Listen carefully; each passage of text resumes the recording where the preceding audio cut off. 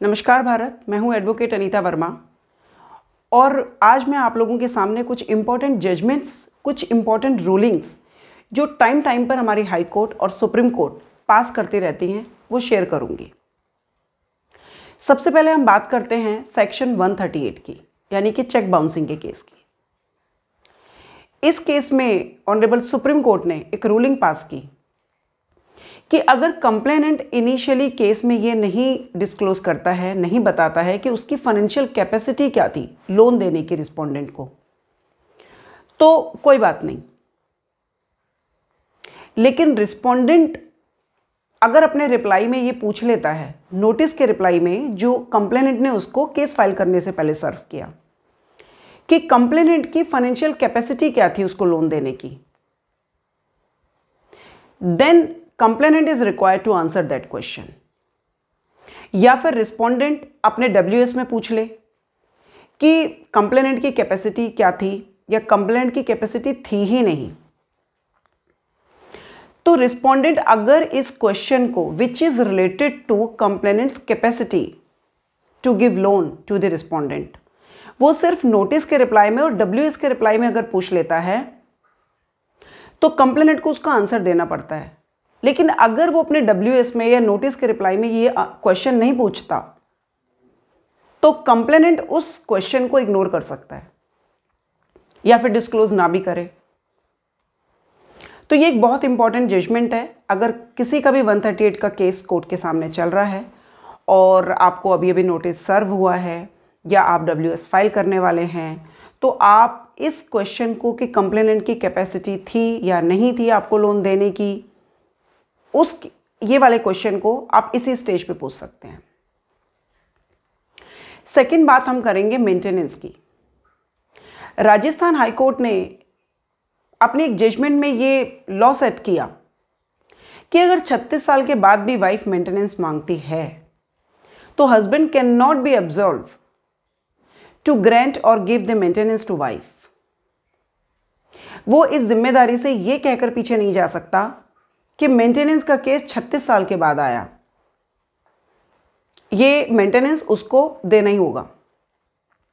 तो again this is very important judgment for all the wives who are not getting the maintenance from their husbands. तो अगर आप late भी हो गए हो, 30 साल भी हो गए हैं, 36 साल भी हो गए हैं या 50 भी हो गए हैं, तो क्योंकि अब एक रूलिंग आपके फेवर में आ गई है, आप कोर्ट के सामने अगर आपको मेंटेनेंस नहीं मिल रहा है तो आप एक अर्जी डाल सकते हैं। तीसरी जजमेंट की मैं बात करूंगी चाइल्ड कस्टडी की। कलकत्ता हाई कोर्ट ने अभी हाल ही में एक फादर को 4 साल की गर्ल चाइल्ड की कस्टडी ग्रांट करी। इस केस में यह हुआ था कि जो बच्चे की मदर थी उसने सुसाइड कर लिया था एंड फादर वाज अरेस्टेड, और चाइल्ड कस्टडी बच्चे की नानी को प्रोवाइड कर दी थी, ग्रांट कर दी थी कोर्ट ने। अब नानी की डेथ के बाद जो नानी की फैमिली थी वो ये चाहती थी कि बच्चे की कस्टडी नानी के किसी फ्रेंड को या किसी रिलेटिव को मिल जाए। उस केस में कलकत्ता हाई कोर्ट ने एक बहुत इंपॉर्टेंट रूलिंग और बड़ी इंपॉर्टेंट जजमेंट इसमें पास की कि बायोलॉजिकल फादर अगर है तो इट्स हार्डली मैटर कि ठीक है क्रिमिनल केस चल रहे हैं या कुछ भी है, वो ट्रायल की बात है, लेकिन बच्चे की कस्टडी अगर नानी की डेथ हो गई है तो बायोलॉजिकल फादर को ही जाएगी, irrespective of the facts that criminal case was initiated against him and he was arrested. So this is also a very important judgment for all the fathers. अगर इस तरह की कोई किसी के साथ प्रॉब्लम चल रही है, if they are facing the problem, they are contesting the criminal or civil cases with their wife, तो आप बच्चे की कस्टडी अगर वाइफ नहीं है तो उसके पेरेंट से आप मांग सकते हैं कोर्ट से। नेक्स्ट जो जजमेंट है वो है regarding divorce. This is very very important judgment, जो रिसेंटली हम देखते भी हैं कि एक बहुत ट्रेंड सेट हो गया है वाइफ्स का कि वो सिविल क्रिमिनल बहुत सारे केसेस हस्बैंड पे, उनकी फैमिली पे डाल देती हैं। नो डाउट अब हायर कोर्ट्स भी ये नोटिस कर रही हैं कि बहुत सारे फॉल्स केसेस, चाहे वो 498A का है या वो डोमेस्टिक वायलेंस का है या किसी भी तरह का कोई भी केस है, फॉल्स केसेस भी कोर्ट के सामने आ रहे हैं और एक ही कॉज ऑफ कंसर्न बना हुआ है।